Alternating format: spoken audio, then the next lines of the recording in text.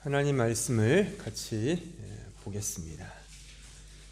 로마서 12장 21절, 우리 한 절 말씀이죠. 우리 다 같이 함께 하나님 말씀을 읽겠습니다. 시작. 악에게 지지 말고 선으로 악을 이기라. 아멘. 기억하실지 모르겠지만 로마서 12장을 제가 시작하면서 이제 신자는 어떻게 살아야 하는가라는 제목으로 하나님 말씀을 증거했었습니다. 사도 바울은 예수 그리스도의 은혜의 복음, 또 그 믿음, 또 그 믿음 안에서 신자가 어떻게 살아가야 하는지에 대한 그 부분을 매우 논리적으로 설명하고 있습니다.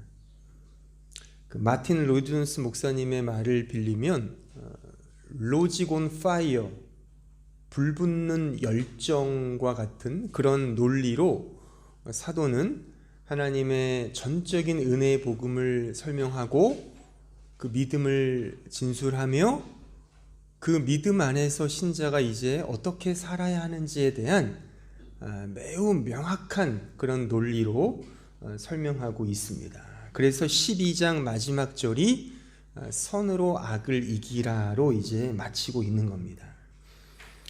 제가 지난 시간에 선으로 악을 이기라의 기본적인 말씀에 대해서 설교를 했습니다. 제가 아우구스티누스의 그런 말을 인용해서 여기서의 악은 다른 게 아니라 내 안에, 인간, 신자 안에 여전히 내재되어 있는 그 죄성, 그 sinful nature, 그 죄의 본성, 그것이 악이다라 그랬죠. 그래서 하나님을 추구하는 그 선으로 그 죄를 죽여야 한다라는 것을 제가 지난 시간에 강조했습니다. 그러니까 그 죄와의 싸움이 곧 선으로 악을 이기라의 말씀인 겁니다. 성경 밖의 가장 성경적인 인물로 추앙받고 있는 그 퓨리탄 청교도를 들어보셨을 겁니다. 그 중에서도 청교도의 황태자라 불리는 그 존 오웬이란 그 신학자가 있는데, 제가 지난 시간에 이분의 그 교리를 인용했지 않습니까? 그분이 자신의 교리책에서 이렇게 제목을 달고 그의 교리를 강조했어요. Mortification of sin in believers. 그러니까 신자 안에 그 죄를 죽이는 교리. 굉장히 무시무시하죠. 그렇지만 그 글을 읽어보면 매우 은혜롭습니다. 그러니까 제가 지난 시간에도 말씀드렸지만 우리 신자 안에 있는 죄가 있거든요. 그 죄를 어떻게 바라보고 그것을 어떻게 억어하며 그것을 죽이느냐가 말하자면 성화의 의미심장한 내용인 것입니다.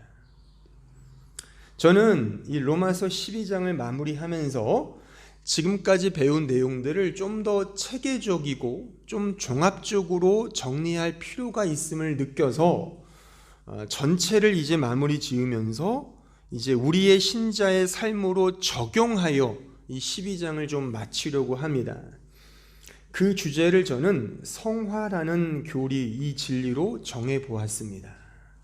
그래서 제가 준비한 원고의 내용이 한 석주치가 됩니다. 그래서 이 성화에 대한, 그러니까 성화라는 거는 쉽게 말하면 주님을 닮아간다는 거예요. 쉽게 말하면 주님을 닮아가고 더 거룩해지고 주님의 그 성품을 닮아간다는 것이 성화거든요. 그러니까 이 부분이 과연 선으로 악을 이기라 이 맥락 속에, 혹은 더 나아가서 지금까지의 이 사도 바울이 증거한 로마서 전체 12장간의 내용들을 제가 종합적이고 체계적으로 설명을 드리면서 우리가 어떻게 살아야 하는지 그 성화에 대한 아주 그 찬란한 그 진리의 빛을 3주에 걸쳐서 제가 설교를 하려고 합니다. 잘 들으셔서 오해되었던 성화의 개념들, 주님을 닮아간다는 그 개념이 무엇인지를 성경적으로 잘 클리어하게 잘 정리하시고 체계화하는 그런 시간이 되었으면 좋겠습니다. 그러니까 너무 무겁게 생각하지 마시고 여러분들이 늘 말하는 주님을 닮고 싶어요. 오늘도 찬양 많이 불렀잖아요. 주님을 닮고자 하는 거잖아요. 그게 뭐냐 이거예요 도대체. 그러니까 매우 실제적이고 매우 현실적이고 구체적인 내용임을 꼭 기억하시고 이제 좀 슬슬 잠이 오는 그런 날씨가 다가오는데 자신의 허벅지를 영적인 칼로 찌르면서 좀 죄를 죽이셔야 돼요. 이 잠에 이 죄를 죽이면서 잘 설교를 들으시면 좋겠습니다. 사실 모든 종교와 철학과 이 세상에는 성화라는 개념이 다 있습니다. 그러니까 이 성화라는 교리는 기독교만의 유일한 전매 특허가 아닙니다. 그러니까 불교에서도요 성불하세요가 있잖아요. 성불이 부처님 닮아가는 거거든요. 부처님처럼 되는 거거든요. 그게 말하자면 sanctification이에요. 성화. 또 공자활 맹자활도 마찬가지잖아요. 인의 예지신 그것을 잘 연마해서 군자가 되는 거잖아요. 대인이 되는 거. 이게 유교식 성화입니다. 하다못해 저기 원시 부족 종교에도 다 그런 성화가 있어요. 그러니까 옛날 그 원시 부족들 보면 뭘 뒤집어 쓰고 나와요? 추장이. 그 무슨 사자 같은 거 뭐 가죽 같은 거 막 뒤집어 쓰고 나오잖아요. 그 뭐예요? 그들은 사자나 호랑이를 신으로 섬겼단 말이죠. 나는 이런 호랑이처럼 용맹해는 걸 보여주는, 말하자면 sanctify라는 겁니다.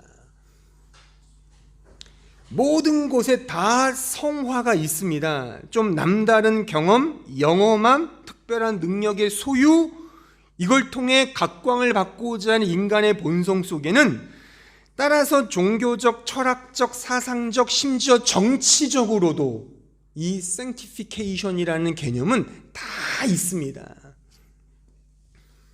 인간은 신을 닮고 싶어하는 그런 본성이 있거든요. 어떤 대상을 닮고 싶어, 그래서 아이돌을 닮고 싶어 하잖아요. 그래서 뭐 아이돌이 뭘 머리를 이렇게 하면 다 머리를 이렇게 하고, 이런 옷 쓰면 다 이렇게 하고, 그러잖아요, 그죠? 그러니까 이것도 다 말하자면 닮고 싶어하는 성화라는 겁니다. 하지만 성경이 말하는 성화, 특히 로마서가, 이 사도가 지금 로마서의 이 로직 온 파이어, 이 불붙는 논리로 설명하고 있는 그 성화의 개념은 단순히 인간의 신격화가 아니라 하나님의 주권적 은혜로서의 역사라고 하는 사실을 우리는 꼭 기억을 해야 합니다. 사도가 로마서 11장까지를 뭘 설명했죠? 하나님의 주권적 은혜의 복음, 그 사랑과 그 믿음을 설명하고 있단 말이죠. 그러니까 로마서가 16장까지 있거든요.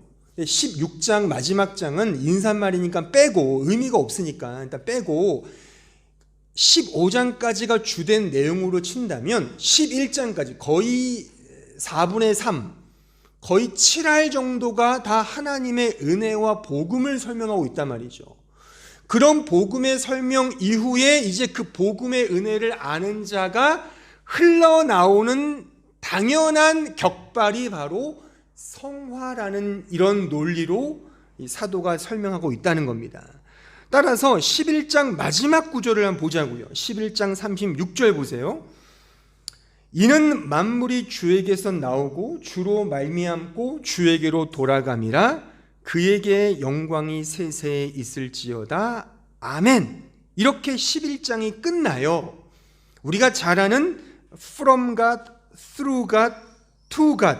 그러니까 모든 것은 다 하나님으로부터 비롯되고 그가 원인이며 아르케, 그가 원인이며 그가 모든 것들을 창조하여 조성했다는 그 사실을 이렇게 직설화법으로 설명을 한단 말입니다.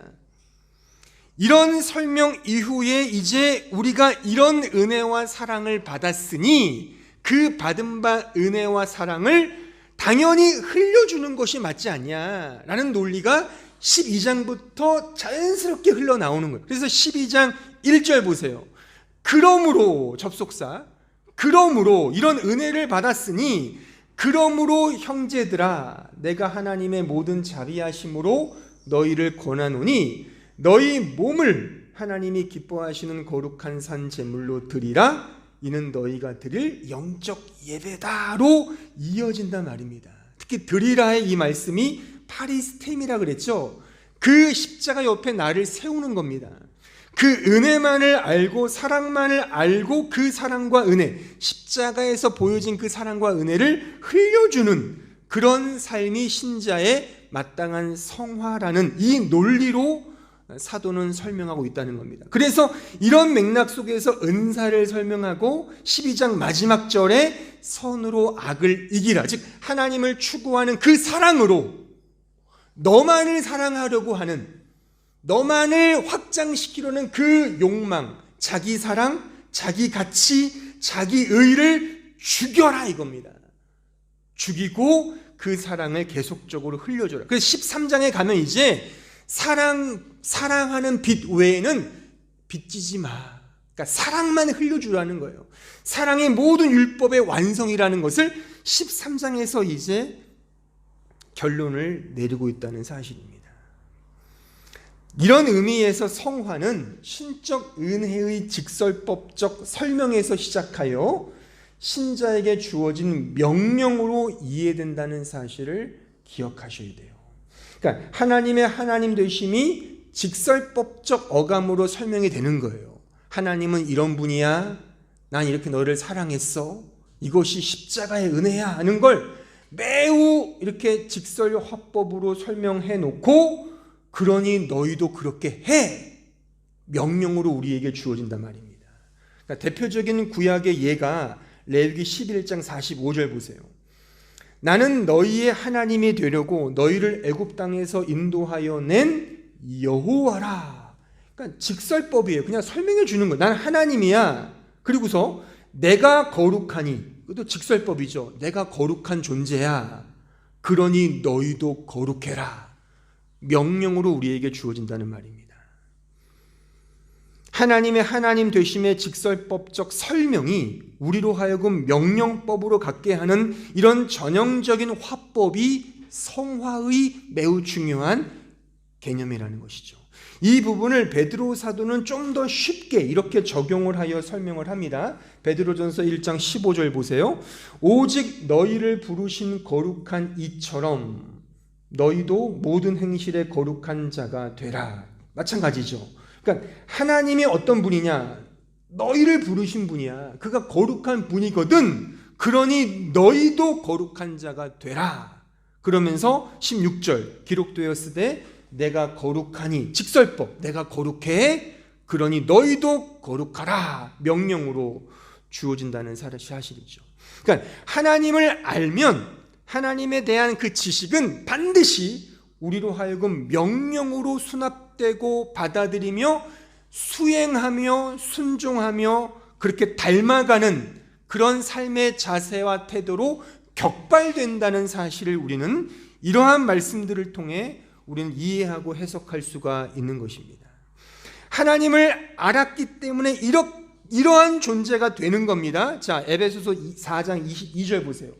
너희는 유혹의 욕심을 따라 썩어져가는 구습을 따르는 옛사람을 벗어버리고 오직 너희의 심령이 새롭게 되어 하나님을 따라 의와 진리의 거룩함으로 지으심을 받은 새 사람을 입으라. 그러니까 하나님에 대한 지식, 그 은혜가 들어가니까 이제 이렇게 새로운 사람이 되는 이 원인과 결과 속에서 철저히 하나님의 주권적 은혜와 그의 사랑이 이 안에 내포되어 있음을 우리는 알 수가 있습니다. 또한 이러한 새 사람이 나타내야 될 삶의 열매가 뭐죠? 갈라디아서 5장 21절 보세요. 오직 성령의 열매는 사랑과 희락과 화평과 오래 참음과 자비와 양성과 충성과 온유와 절제니 이 같은 것을 금지할 법이 없느니라. 소위 성령의 9가지 열매죠. 이 열매를 신자가 맺어지게 되는 겁니다. 하지만 이 열매가 맺어지는 그 근거, 그 원인, 그 전제가 뭐냐? 바로 그리스도는 내 안에, 나는 그리스도 안에 거하는 그 연합을 통하여 이러한 열매가 맺어진다는 사실이죠. 요한복음 15장 5절 보십시오. 나는 포도나무요 너희는 가지라. 그가 내 안에 내가 그 안에 거하면 사람이 열매를 많이 맺나니 나를 떠나서는 너희가 아무것도 할 수 없습니다. 그러니까 너무 분명하지 않습니까? 아구가 딱딱 맞잖아요.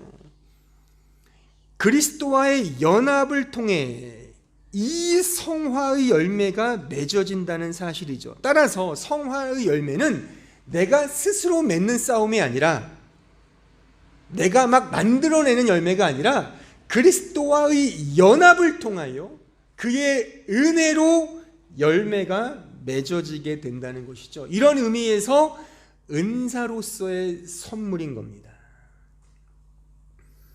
자, 지금까지 설명한 부분들 제가 좀 빨리빨리 설명해 드렸는데 시간이 없어서 설명했는데 다 이해하리라 생각하고, 자, 이런 맥락에서 이제 좀 성화의 정의를 한번 내려보겠습니다.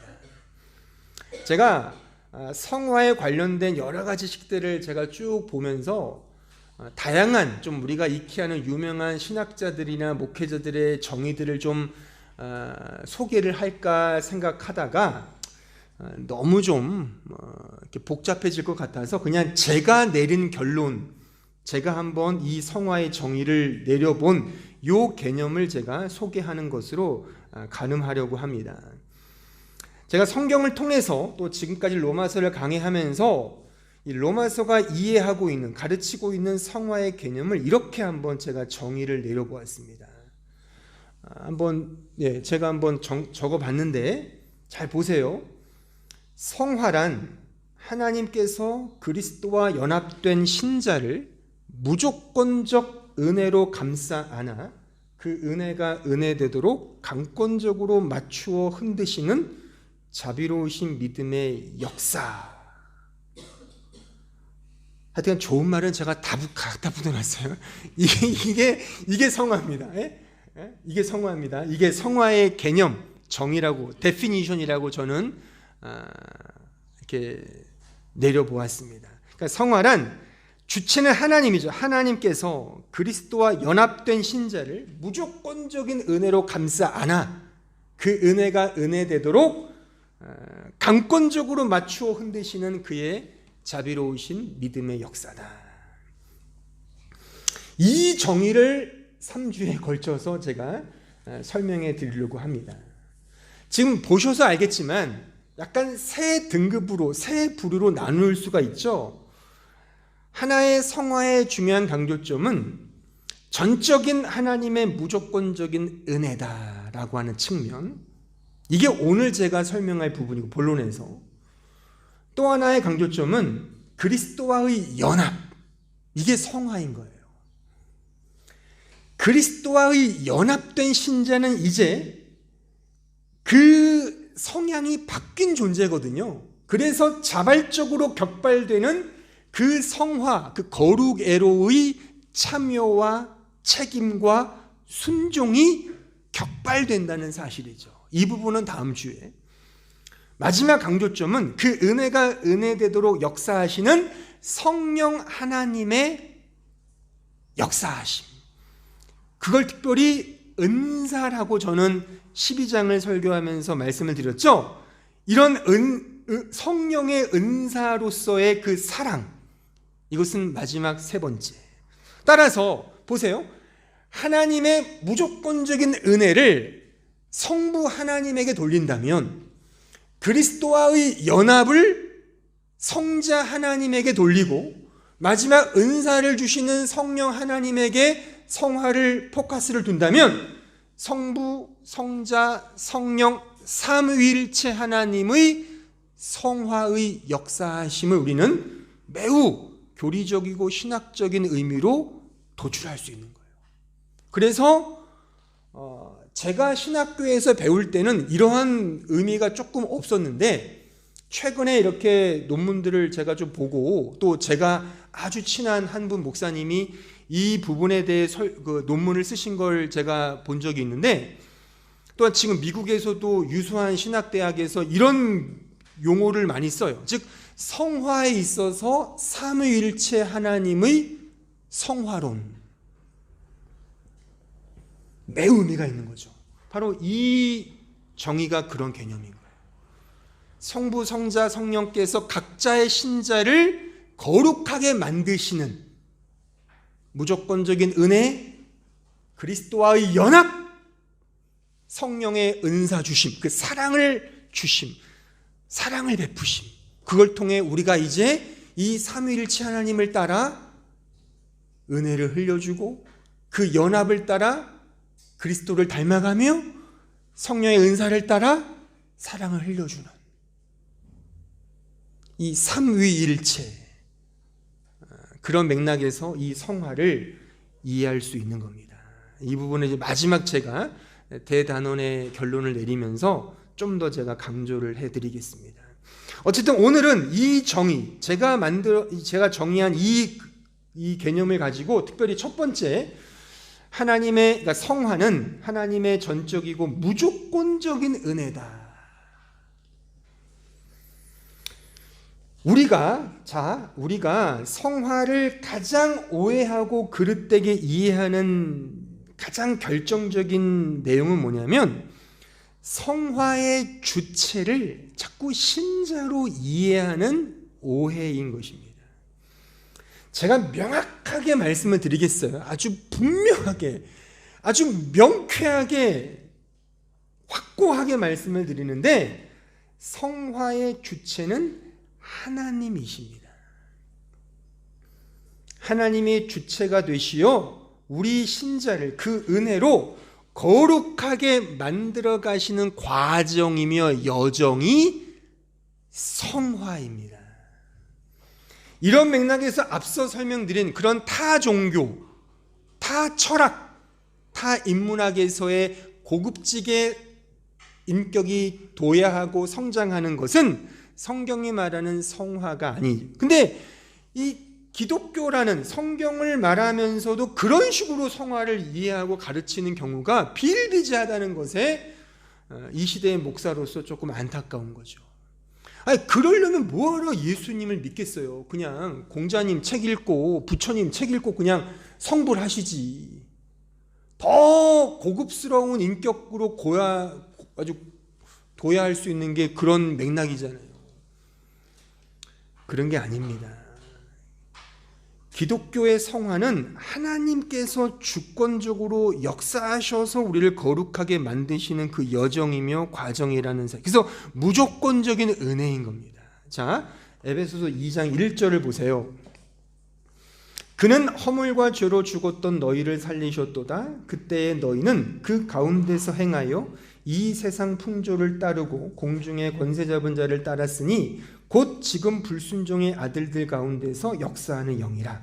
전에는 우리도 다 그 가운데서 우리 육체 욕심을 따라 지내며 육체의 마음에 원하는 것을 하여 다른 이들과 같이 본질상 진노의 자녀이었더니, 이것이 우리의 아이덴티티인 거죠. 이것이 죄인된 우리의 본성이에요. 그런데 보세요, 4절. 그런데 국률이 풍성하신 하나님이 우리를 사랑하신 그 큰 사랑을 인하여 허물로 죽은 우리를 그리스도와 함께 살리셨고 너희는 은혜로 구원을 받은 것이라. 또 함께 일으키사 그리스도 예수 안에서 함께 하늘에 앉히시니 이는 그리스도 예수 안에서 우리에게 자비하심으로써 그 은혜의 지극히 풍성함을 오는 여러 세대에 나타내려 하심이라. 너희는 그 은혜에 의하여 믿음으로 말미암아 구원을 받았으니 이것은 너희에게서 난 것이 아니요 하나님의 선물이라. 행위에서 난 것이 아니니 이는 누구든지 자랑하지 못하게 함이라. 우리는 그가 만드신 바라, 그가 만들었대요.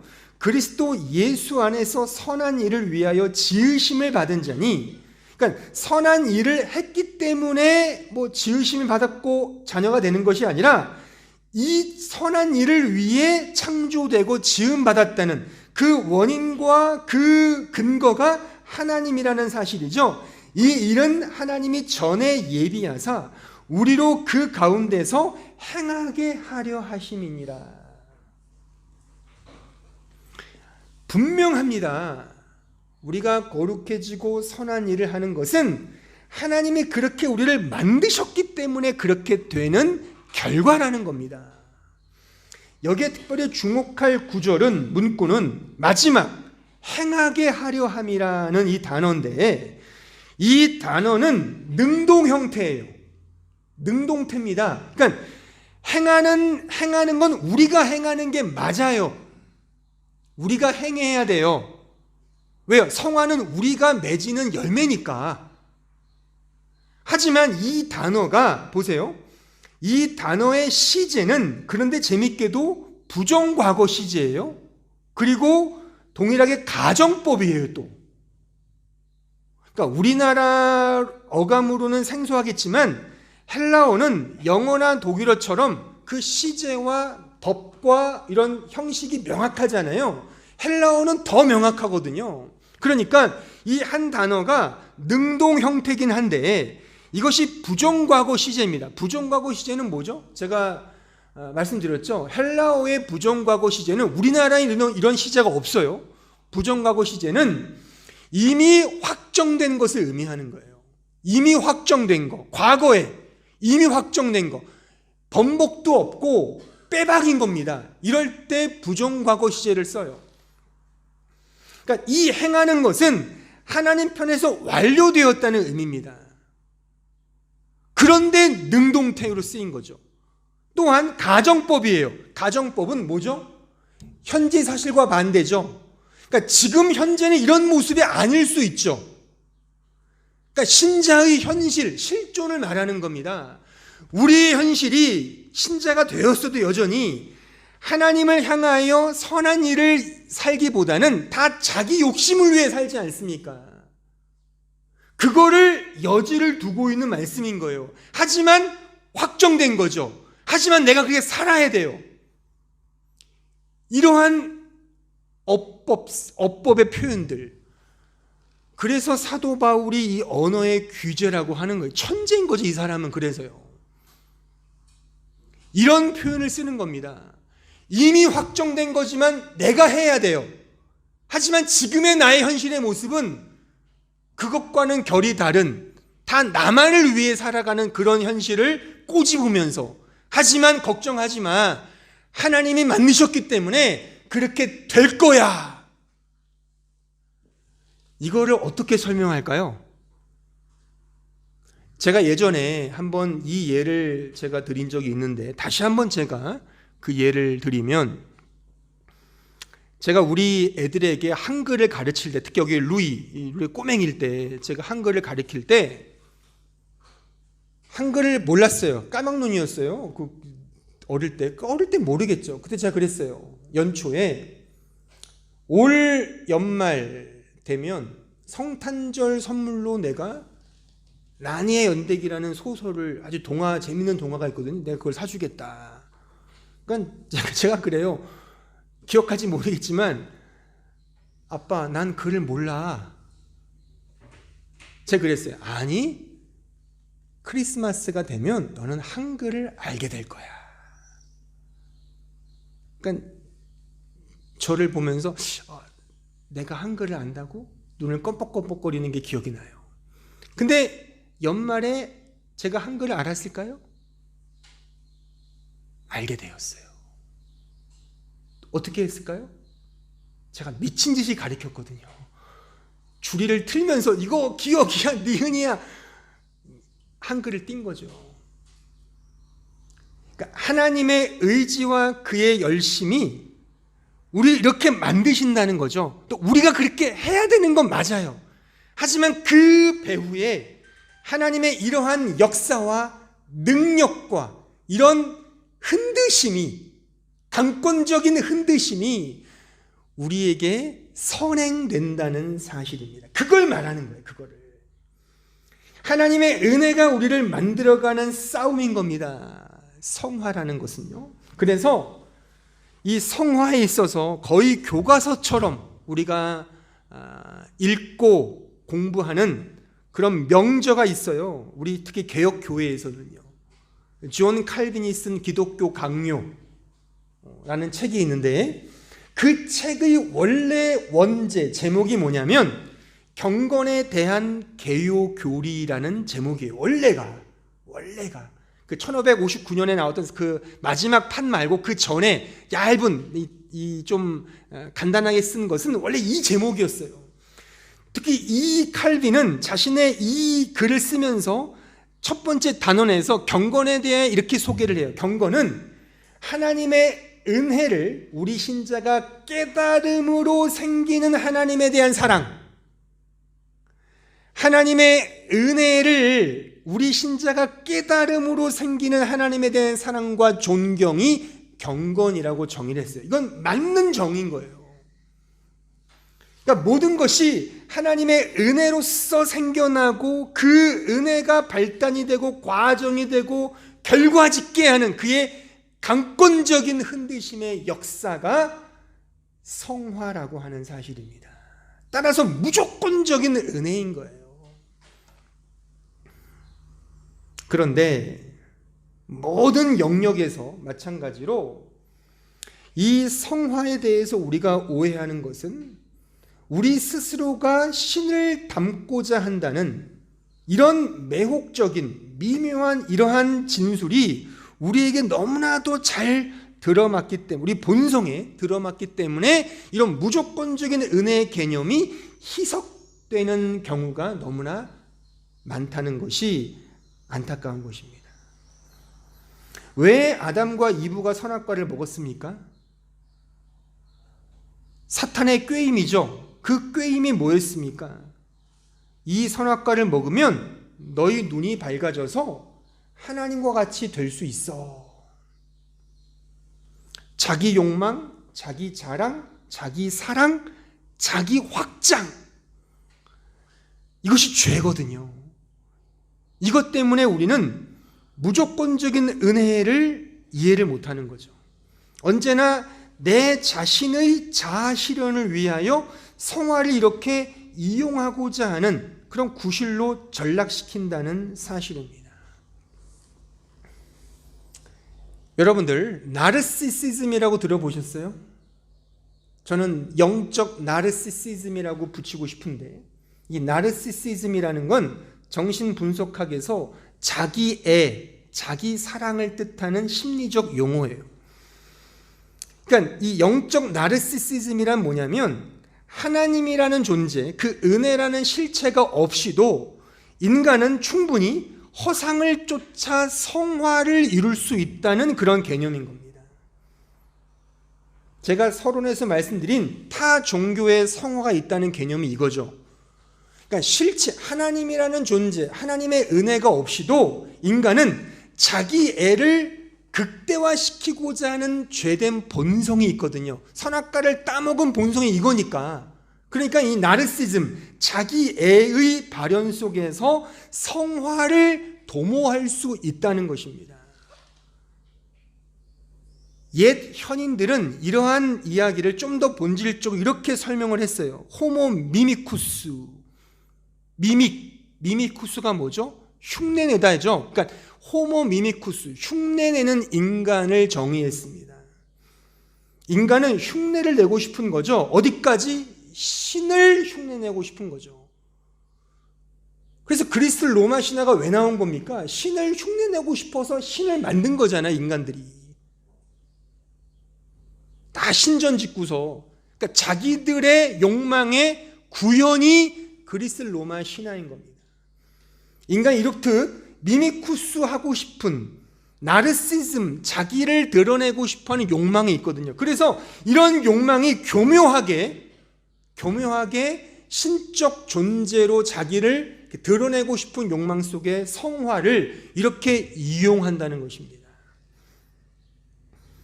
영적인 영웅이 되고 싶은 거죠. 제가 어릴 때 아주 좋아하던 소설 장르가 무협지였습니다. 제가 아주 재미있게 본 무협지가 아마 제 또래 분들은 아시는지 모르겠지만 그 김용의 영웅문 아세요? 우리 규민 형제 모르죠? 아, 알고 있어요? 네. 그 김용의 영웅문 이게 있어요. 근데 뭐 뭐 와룡생이니 사마령이라는 유명한 소설가도 있는데 다 제가 섭렵했어요, 어릴 때. 근데 그 수많은 무협지의 공통점이 뭐냐면 주인공은 꼭 죽을 고비를 겪어요. 겪고서 막 죽을 고비를 겪다가 어떤 음산하고 기괴한 산골짜기에 떨어져요. 근데 거기서 죽으려고 하는데 거기서 아주 기괴한 고승을 만나는 거죠. 근데 그 고승이 엄청난 무공의 절대 고수인 거라. 그 사람을 통해 무공을 전수받고 이 주인공은 일약 그 강호계의 무림계의 절대 고수로 등극을 하는 거죠. 그래서 미녀들을 이끌고서 이제 강호의 평화를 이끄는 그런 영웅이 된다는 아주 그런 뻔한 스토리입니다. 근데 그런 무협지를 읽으면 특히 남자들은 너무 좋아요. 내 안에 있는 그 욕망이 분출되거든요. 그러니까 대리만족하는 거죠. 근데 이러한 심리적 욕구는 모든 인간의 동일한 본성입니다. 신이 되고 싶어 하고 그래서 영웅으로 등극하고 싶어 하는 거죠. 이것은 신앙생활에도 마찬가지입니다.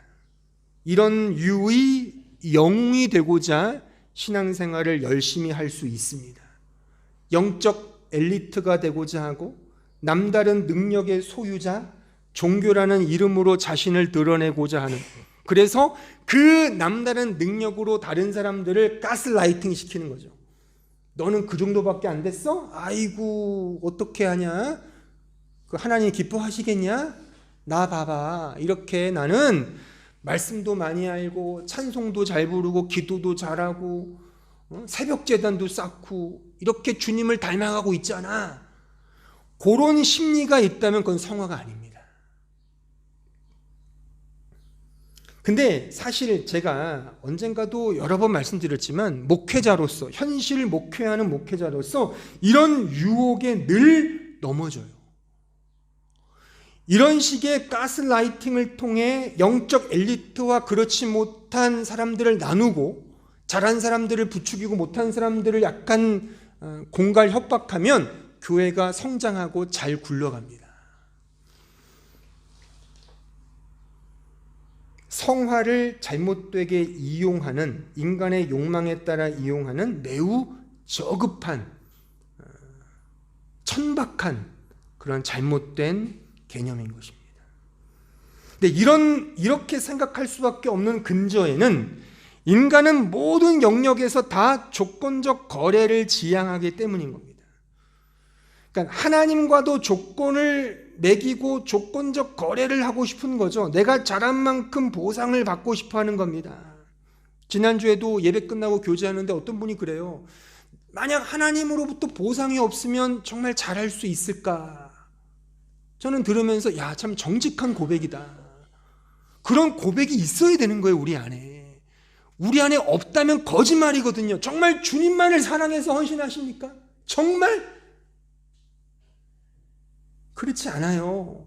우리는 어떤 식으로든 보상을 기대한단 말입니다. 그러니까 이 성화라는 개념도 하나님으로부터 내가 이만큼 성장했어요, 복 주세요 라고 간단 말입니다. 그 복이 소위 세컨드 블레싱이잖아요.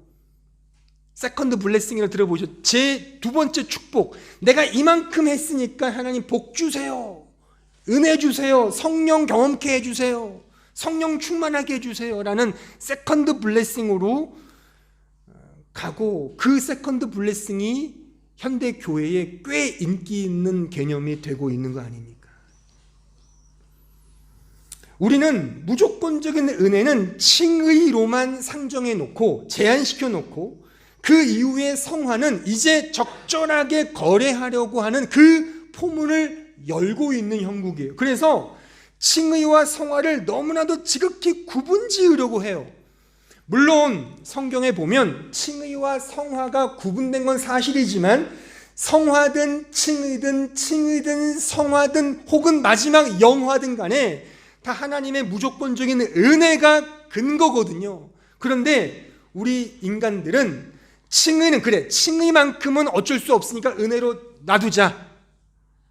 하지만 성화만큼은 내가 어느 정도 이렇게 좀 보태야지 되는 거 아니야?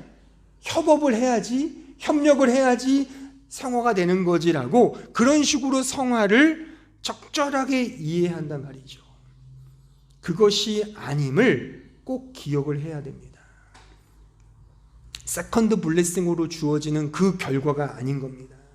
그러니까 세컨드 블레싱을 통하여 성화가 이루어진다면 그 세컨드 블레싱, 두 번째 은혜를 경험하지 못한 사람들은 뭐예요? 육두품이죠. 그걸 경험한 사람들은 진골성골이고 철저한 종교적 계급화가 생겨난단 말입니다. 상위권, 하위권. 이런 식으로 성화를 이해하면 그것은 매우 잘못된 성경의 가르침임을 여러분들 꼭 기억을 해야 돼요. 그래서 성화는 무조건적인 은혜로 끌려가는 것임을 알고 그것을 기뻐하고 감사하고 그런 끌려감 속에서 나타나는 자유와 사랑 흘려줌이 바로 성화인 겁니다. 그래서 이렇게 우리가 이 말씀을 볼 수 있죠. 에베소서 5장 1절 보세요. 그러므로 사랑을 받는 자녀같이 너희는 하나님을 본받는 자가 되고, 여기에 핵심도 마찬가지예요. 사랑을 받았기 때문에 하나님을 본받는 거 아닙니까? 하나님을 본받아서 더 사랑을 받자는 아니잖아요. 이런 흐름을 알아야 된다는 것이죠. 하나님을 사랑을 받은 자기 때문에 받은 자같이 그 받은 바 사랑을 흘려주는, 그렇게 하나님을 본받는 자가 되라는 명령형으로 우리에게 또한 주어지고 있지 않습니까? 그러면서 2절은 더 명확하죠. 그 사랑이 뭔지, 그리스도께서, 하나님께서 너희를 사랑하신 것 같이 너희도 서로 사랑 가운데 행하라. 그는, 하나님은 우리를 위하여 자신을 버리사 향기로운 제물과 희생 제물로 하나님께 드리셨느니라. 이게 그의 사랑이야. 이 사랑을 너는 받았어. 그러니 그 사랑 가운데 그 사랑을 흘려줘. 주님을 닮아가는 신자의 성화는 그 근본 개념을 사랑을 받은 자로 규정합니다. 이 사랑과 은혜를 받지 않으면 이 사랑을 흘려주거나 은혜를 흘려줄 수 없는 거예요. 그러니까 우리는 언제나 그 사랑에 천착하여 있어야 되는 거예요. 근거는 하나님의 은혜와 사랑임을 우리는 꼭 기억을 해야 됩니다. 이쯤에 좀 높아심에서 한 말씀 더 드리면, 무조건적인 은혜라는 개념이 공짜는 맞거든요. 근데 공짜라는 그런 말 속에, 그 어감 속에 뭔가 떠리로 주는 것 같은 그런 좀 값싼 은혜의 느낌으로 받아들이는데 또 그것은 아닙니다. 그러니까 무조건적인 은혜는 떠리로 그냥 아무나 가져가세요 이게 아니라, 무조건적인 은혜는 하나님만이, 오직 창조주 하나님만이 행하시는 그의 속성을 의미하는 거예요. 그 속성을 디카이오순에 성경은 의라고 말하잖아요. 그러니까 하나님의 무조건적인 은혜가 그의 의인 겁니다. 사법적으로 뭐 지키고 이런 게 공의의 계명, 성경의 디카이오순회가 아니라 하나님의 은혜와 사랑이 그의 의예요. 의. 하나님의 하나님다우심이 우리에게 나타나는 게 사랑과 은혜로 나타나고, 이건 하나님만이 우리에게 주시는 절대적인 은혜와 사랑이라는 사실을 우리는 꼭 기억을 해야 됩니다. 그러니까 하나님, 전능자의 양식이지 우리가 생각하는 그런 공짜, 아무나 그냥 다 받는, 떠리로 주는 이런 식의 개념으로 이해하면 이 무조건적인 은혜를 값싼 은혜로 또한 전락시키는 우를 범할 수 있는 것입니다. 무조건적인 은혜만이 필요한 이유는 바로 나라는 존재가 조건을 제기에는 너무나도 부당한, 그럴 수 없는 죄인 중의 괴수이기 때문이죠. 나에게 조건이 매겨진다면 하나님 앞에 설 수 있는 자는 아무도 없지 않습니까? 그렇잖아요.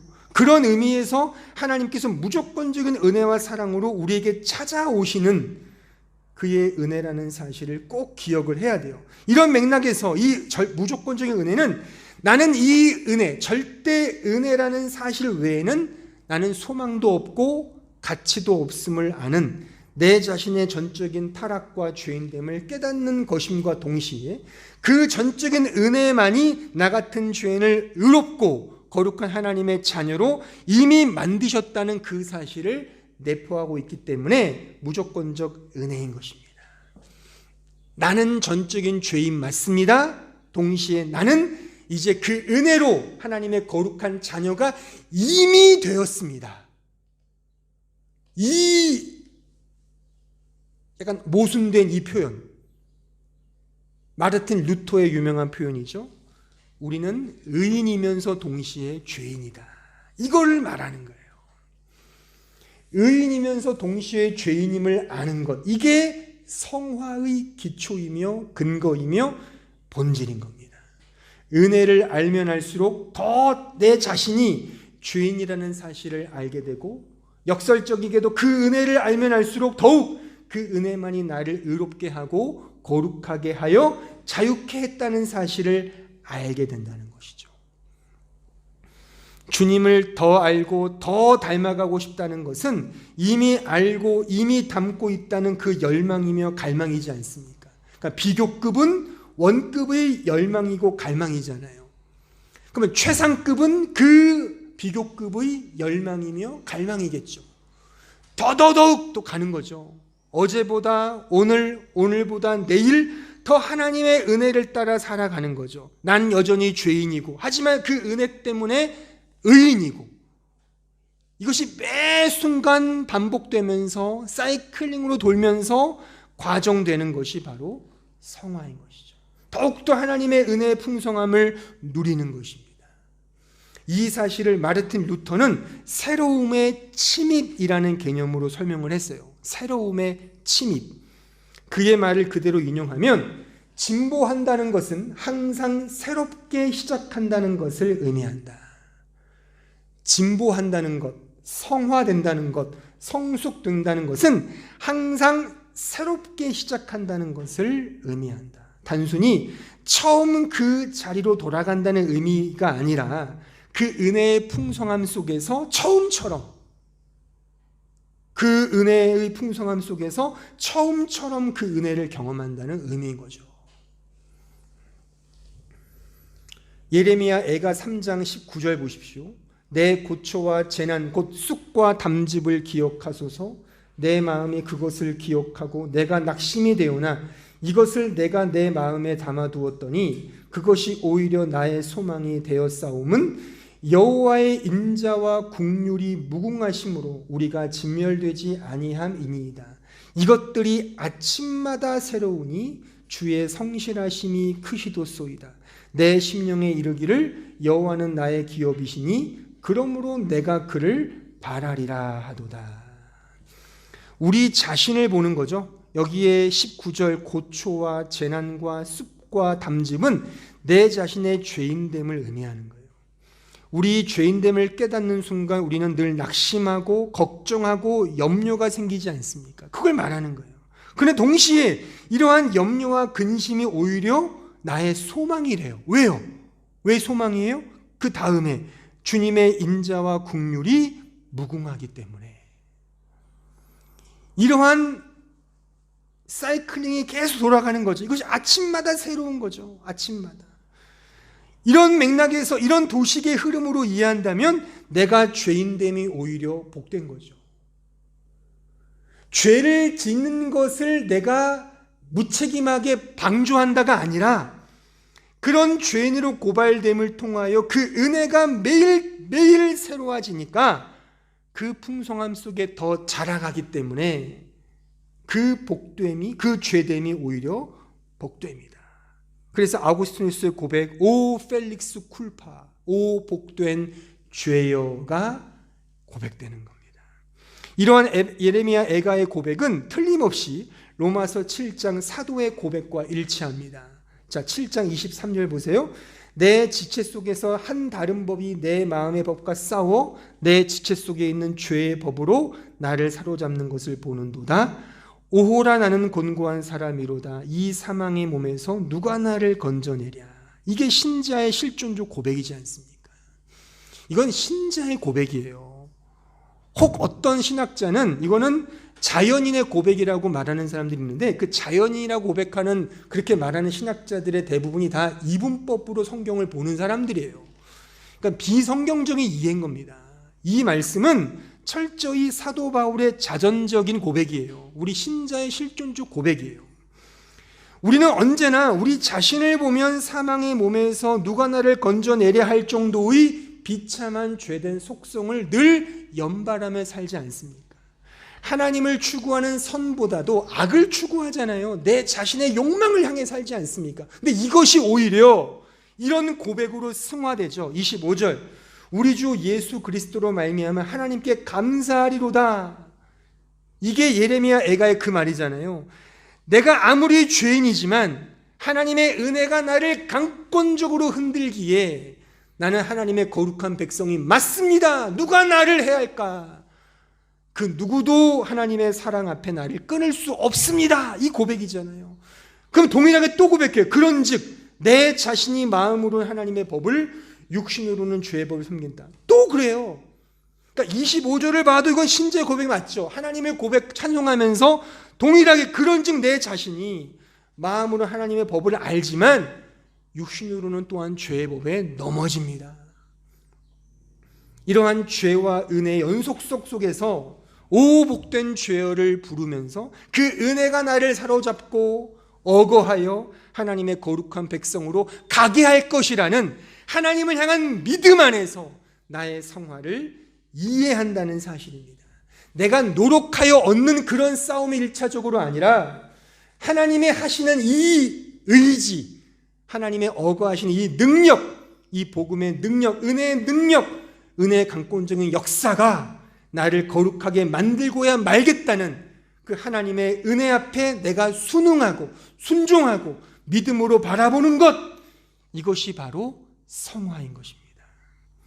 이 은혜로 끌려감이 성화인 것입니다. 물론 우리가 아무것도 할 것이 없고 그냥 끌려가는 것인가는 아닙니다. 분명히 그리스도와 연합된 존재이기 때문에 그의 것이 내 것이기 때문에 우리 안에 당연히 그리스도가 계시기 때문에 격발되는 자발적이고 자유로운 순종과 참여와 책임이 있습니다.